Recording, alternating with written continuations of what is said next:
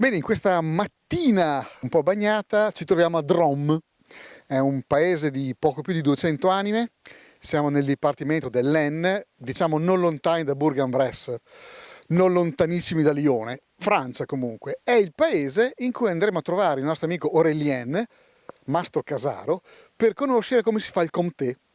È una loro perla, è una appellation d'origine protégée, una delle nostre DOP per intenderci, un formaggio con una tradizione che risale al 1200, molto amato dal consumatore e che spunta prezzi davvero interessanti. Andiamo a conoscerlo. 2 heures et demie ou 4 heures, Si comincia alle 2:30 o alle 4, a seconda di chi è qui. Si comincia con la raccolta del latte in un raggio di circa 20 km, ci sono 6 fattorie, e di cui 4 sono nel villaggio di Drom e una nel villaggio qui vicino. Quindi più o meno richiede un'ora e un quarto, e raccogliamo circa 6.000-6.500 litri di latte ogni anno. Fate una raccolta o 2 al giorno? Facciamo la raccolta una volta al giorno. Quello che è stato munto alla mattina e alla sera lo raccogliamo la notte, insomma il giorno seguente. Il latte deve essere lavorato entro 12 ore dalla raccolta. E poi venite qui in caseificio. Finito il giro arriviamo alla cooperativa, la Fruitière du Village, e il latte raccolto viene versato nelle caldaie. Una piccola parte, dal 2 al 5%, può essere scremato. Dopodiché inizia il processo di lavorazione. Scaldiamo il latte fino a circa 30 gradi, aggiungiamo batteri lattici e dopo un'ora caglia. Aggiungiamo caglio di origine animale per coagulare il latte. Dopo 30 o 35 minuti il latte è coagulato e dopo ancora 3 o 4 minuti sarà abbastanza duro e cominciamo a rompere la cagliata, fino ad ottenere dei coaguli grandi come un chicco di grano, che saranno così della dimensione uniforme e abbastanza lisci per la nostra produzione. Quando abbiamo finito lasciamo decantare, riposare, poi portiamo la cagliata da 32 a 56 gradi. Una volta arrivati a 56 gradi mescoliamo per altri 15 minuti per ottenere il nostro formaggio. A che ora finite di lavorare? Quando abbiamo finito. L'intera lavorazione richiede circa 4 ore a Drom. Dobbiamo fare 2 cisterne ogni giorno. Durante i periodi di picco del latte in aprile-maggio dura 6 ore, perché dobbiamo fare 2 giri di produzione, e ogni giornata sono dalle 8 ore e mezza alle 10 ore e mezza, tutti i giorni, dal lunedì alla domenica. Poi c'è la stagionatura, la rimozione del formaggio dagli stampi, la pulizia delle attrezzature, del pavimento, tutto quello che deve essere fatto. Sono giornate molto piene. E qui siamo in stagionatura. Sì, prima il formaggio viene tolto dagli stampi in caseificio, viene salato, strofinato con la salamoia una volta, poi messo nella cantina di preaffinamento. Dopo qualche ora li giriamo, vengono di nuovo salati, strofinati con la salamoia e rimessi sugli scaffali, su tavole di abete del Giura. Vengono girati ogni 2 o 3 giorni, salati con sale grosso e strofinati man mano che passano i giorni. Sono girati a mano, strofinati a mano finché non vanno all'affinamento dopo 10-15 giorni. Su ogni formaggio mettiamo un numero e una placca di caseina.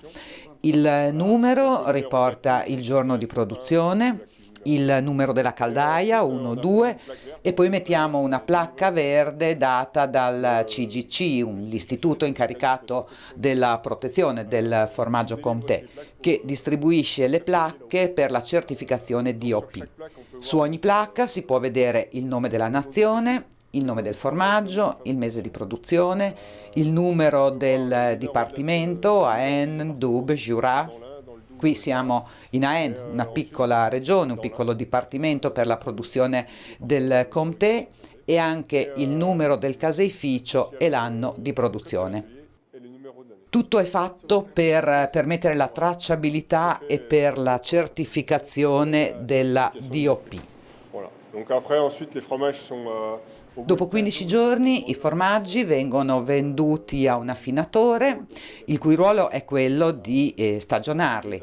E loro continuano il processo di preaffinamento e li mettono in una cantina calda con una temperatura più alta per sviluppare l'aroma e migliorare un po' la pasta del formaggio fino ai 101 giorni minimi per poter ottenere la DOP Comté. Dopodiché il formaggio è messo in una cantina fredda dove resterà finché non verrà venduto, dopo 6, 10, 15, 18 mesi o più. Qual è il comté che preferisci? Nella cooperativa di Drom vendiamo molto formaggio tra i 10 e i 12 mesi. Produciamo formaggio per andare incontro ai gusti dei nostri clienti e dato che loro preferiscono i formaggi più dolci, vendiamo più dei formaggi giovani. I nostri formaggi potrebbero invecchiare anche per più tempo, ma vendiamo in base alle richieste dei clienti. Quando si dice che una filiera è a chilometro zero, siamo in un pascolo a poche centinaia di metri dal caseificio di Aurélien. Siamo nella stalla en plein air a cielo aperto di uno dei 6 allevatori che conferiscono il proprio latte al caseificio di Drom. Come vedete, queste bellissime Montbéliard stanno pascolando felicemente, restano fuori quasi tutto l'anno. Nel capitolato di produzione del formaggio Comté non è previsto l'utilizzo di OGM, non è previsto l'utilizzo di insilati, ma solamente di fieno. E loro direi che siano la prova vivente che di pascolo si può campare serenamente, qui dove il pascolo è disponibile.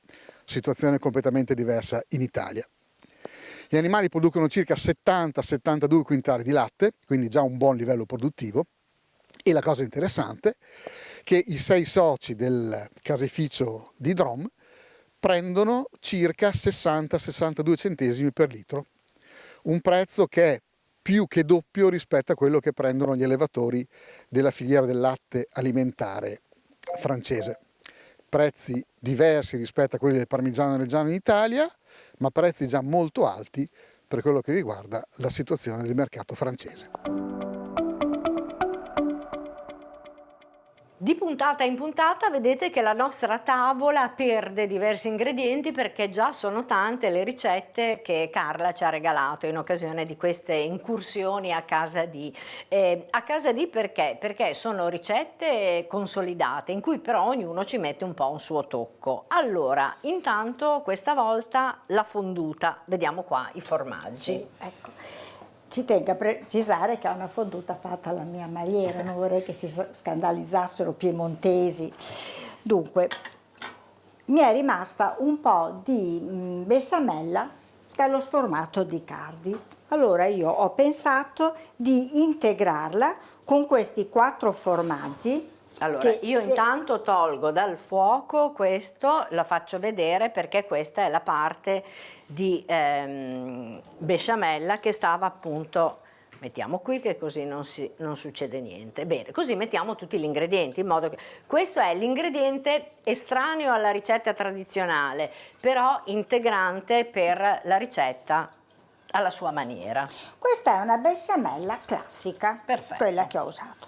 Adesso qui ho 4 formaggi che si prestano molto bene per essere fusi. Fusi? Allora, intanto cosa sono? Intanto sono la fontina valdostana, che è questa, e il bitto, perfetto, che è questo. Poi io normalmente metto la raschera, che è un formaggio piemontese che si scioglie molto bene. Non l'abbiamo trovato, però questo è un sostituto ideale, ci hanno assicurato. E il gorgonzola classico. Esatto. Che è quello che dà il sapore particolare. Ecco, però raccontiamo anche gli altri ingredienti, perché ci vuole anche un uovo nella parte finale. Alla fine si userà il rosso, che serve a legare e a dare anche un po' di colore. Poi vedete latte, parmigiano, noce moscata. Ecco, poi che cosa c'è? Questo naturalmente è un piatto di passatelli che noi abbiamo preparato per metterci avanti, però i passatelli con cosa vengono fatti? Pan grattato? Cioè, ci sono diverse ricette e diversi modi.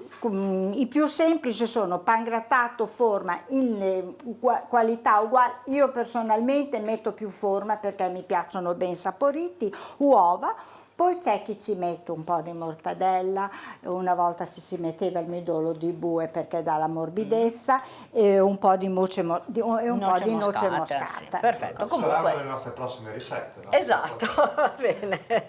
Allora, questi intanto sono i passatelli. Allora, diciamo come si procede. Loro vedranno le immagini, adesso raccontiamo come si procede. Si tagliano a dadini, a parte il gorgonzola logicamente, che come vedete è molto cremoso e va bene che sia così. Si tagliano a dadini i formaggi, poi si mettono a macerare, diciamo, così si ammorbidiscono ed è più semplice farli sciogliere nel latte. Dopo che sono restati nel latte, che cosa si fa?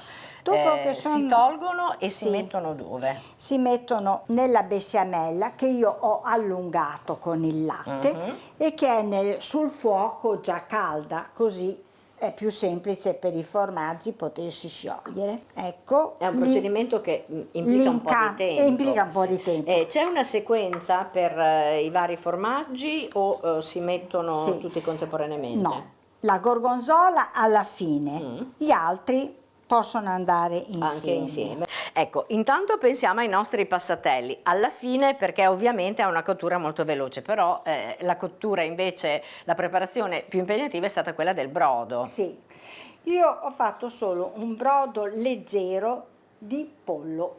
Si mettono giù e stanno poco tempo. Si fanno cuocere, stanno poco tempo, si tirano su, proprio asciutti, e si adagiano su questo letto di fonduta che si trova già nel piatto. Quindi sono passatelli cotti nel brodo ma tirati su asciutti e adagiati su questa fonduta. Una fonduta che abbiamo detto richiede i 4 formaggi tradizionali ma in più ha 2 segreti. Uno che è l'utilizzo di eventuali quantità di besciamella restati, e anche l'ultimo tocco è quello del rosso d'uovo. Se uno volesse le scaglie di tartufo sarebbe... Ecco, questo ce lo siamo risparmiato, però vedete il nostro piatto fumante è bellissimo.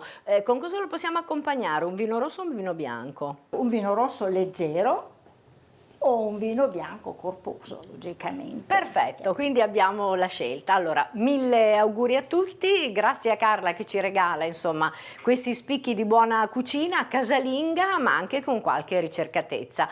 E da questa cucina ci salutiamo, ci auguriamo ancora buone feste, anche se sono passate, ma il clima di gennaio ci fa ancora entrare nella magia del Natale e del Capodanno, che sono da poco passati. Noi ci rivediamo tra una settimana, puntuali qui come sempre, con altre storie e con altri racconti.